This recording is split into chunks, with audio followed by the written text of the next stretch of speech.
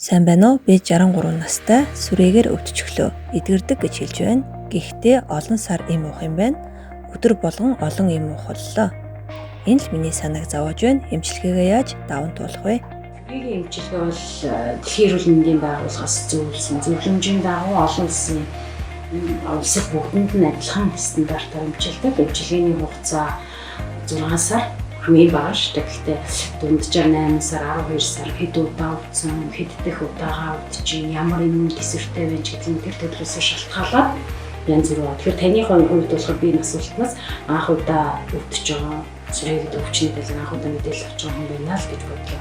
Тэгэхээр энэ эмчилгээ маань яадаг ямар учиртай вэ гэхээр энгийн үгээр тайлбарлах юм бол сүрээгийн нямчин өөрөө маш их төсвөртэй, маш их чадaltaй, маш их төвчээртэй гэсэн үг шүү дээ. Ням учраас энэ имийг 6 сарын турш тодорхой тунгаар өдөр болгон өсөлтөнд орж үржих тэр цаг хугацааг нь зогсоох гэж дарангуулах гэж хийдэг байгаа юм эмчилгээ. Тэгэхээр 6 сарын хийж байгаа эмчилгээ маань ямар учиртай вэ гэхээр сүрээгийн ням өөрөө 20-24 цагт хуваагдаж оршилдог учраас энэ маань сүрээгийнхаа нямгийн өсөлтийг нь зогсоох гэдэг. За сүрээ гэдэг өвчин танд нэгэнд онцлогдчихсан байж байгаа бол энэ ням маань нэг ширхэг биш, хоёрын ширхэг биш, хэдэн тэр бумаараа хэдэн саяараа тоглох хэмжээний байна гэсэн. Тэгэхээр энэ нэмийг 6 сарын турш өдөр болгон тогтмол цагт ууснараа яах вэ гэхээр нөгөө 24 цагт байсан нөгөө нянгуудаа нэгдүгээр техникийн эрчим тэмчилгээний шат буюу 2-3 сарын хугацаанд бид нар таны тэр эмийн тунгаар өндөр тунгаар өдөр болгон цохилтонд оруулснаар энгийн үг хэллэгээр нокаутанд нөгөө сүрээгийн нянга өсөлтийг нь зогсоогоод гадагшаа хор ялгаруулах юм болиулаад үржлийг нь зогсоогоод тэгээд чадварт хийхийг болгоод муужруулад унагадаг гэсэн үг. Тэгэхээр энэ эрчим тэмчилгээний шат буюу 2-3 сарын хугацаанд таны биеийн байдал сайжрна, хөдөлмөрийн чадвар нэмэгдэнэ, хоол ундандаа сайжрна.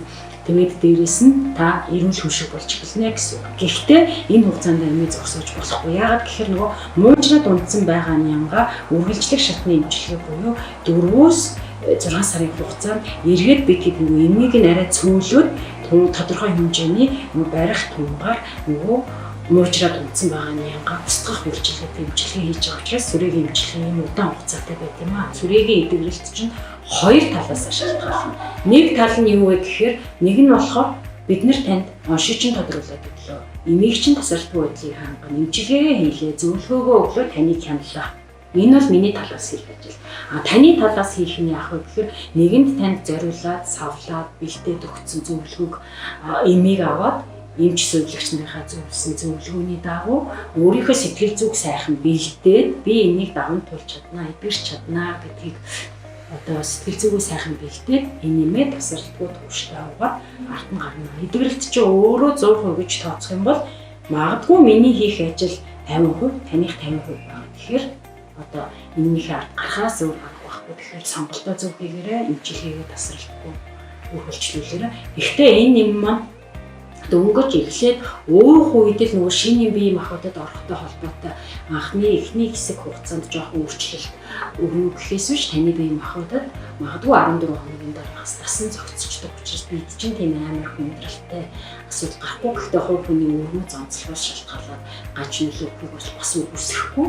Тэгэхээр эмчтэйгээ аягүй сайхан тулж ажиллаад сайхан харьцаад эмээ хамаад тасралтгүй хаддаг нэ гэж хэлмээр. За тэгээ энэ дээр бас нэг эрэлдэд хандаад мэдэртэй тэргүй миний энэ мэдээллийг олон хүн олж үзэх баг.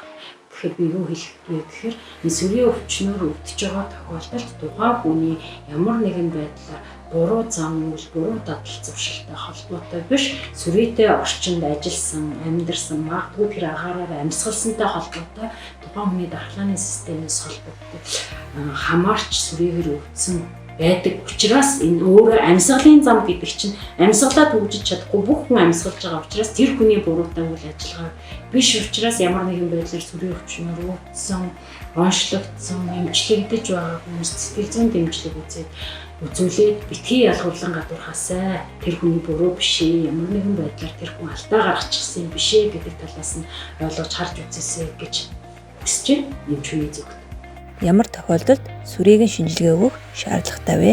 Ямар нэгэн байдлаар халдвартай сүрээтэй хүн хизээ нэгэн цагт өөрийн чинь ойр орчимд байж исэн бол нэгдүгээрт хоёрдугаарт та өөрөө тоос шороотой нөхцөлд ажилладаг өөр хаад ч юм уу тийм хүнд хөдөлмөр эрхэлдэг бол гуравдугаарт магадгүй ингээд эмнэлэгт ажилладаг эмнэлгийн орчин чинь өөрөө халдвартай орчин болоод байгаа шүү дээ. Дөрөвдүгээрт өөрөө ямар нэгэн байдлаар хоол тэжээлийн дутагдaltaй амжиргааны баталгааж төвшнөөс доогуур тэгээд дээрээс нь сэтгэл санааны аягүй стресстэй байдаг бол мөн дараагийнх нь бас нэг хэлэх юм болохоор нөгөө ажлын байрны нөхцлөөс болоод гэрэл багтай газар ажилладаг, агааржуулалт багтай газар ажилладаг тийм ээ.